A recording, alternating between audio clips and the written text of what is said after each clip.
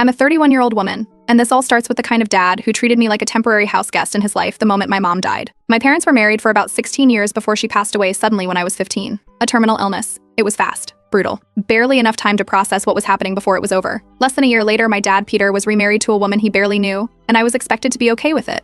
Peter is now 60, retired early, or so he tells people.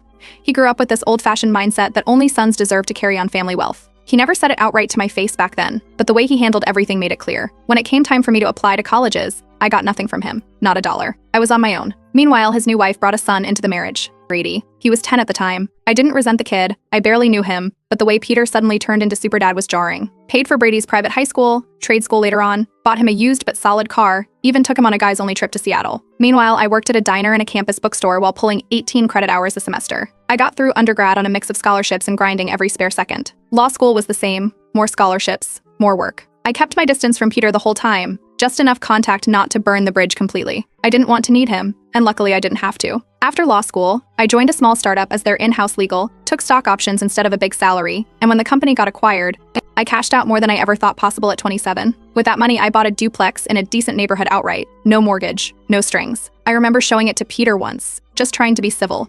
He looked around and said, "Not bad for a glorified apartment. Hope it doesn't lose value." That was the only thing he said. By that point, I'd learned to stop expecting basic respect. What I didn't know until later was that right after my mom died, Peter quietly transferred the title of her family's ancestral home to himself. That house had been in my maternal grandfather's name. I grew up there. It was meant to pass to me eventually. But when I was still underage and grieving, Peter used his status as the surviving spouse to move things around. It wasn't illegal technically, but it was dirty. I only found out through my maternal grandmother's old lawyer, who had kept tabs on everything after grandma passed.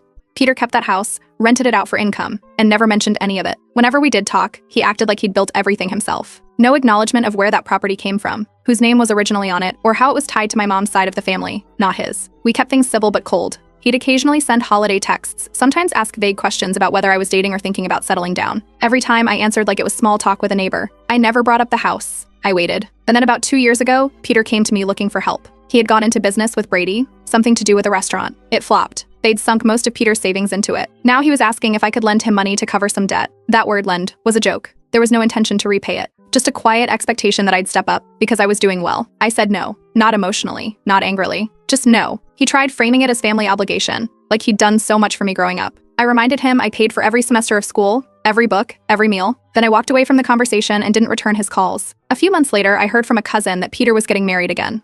This time to a woman named Lacey. She's 39, never been married before, no kids. I didn't know much about her, but Peter invited me to the wedding and said, "It would mean a lot to have you there." I agreed under one condition, that we meet in person to talk before the ceremony. He was confused but agreed.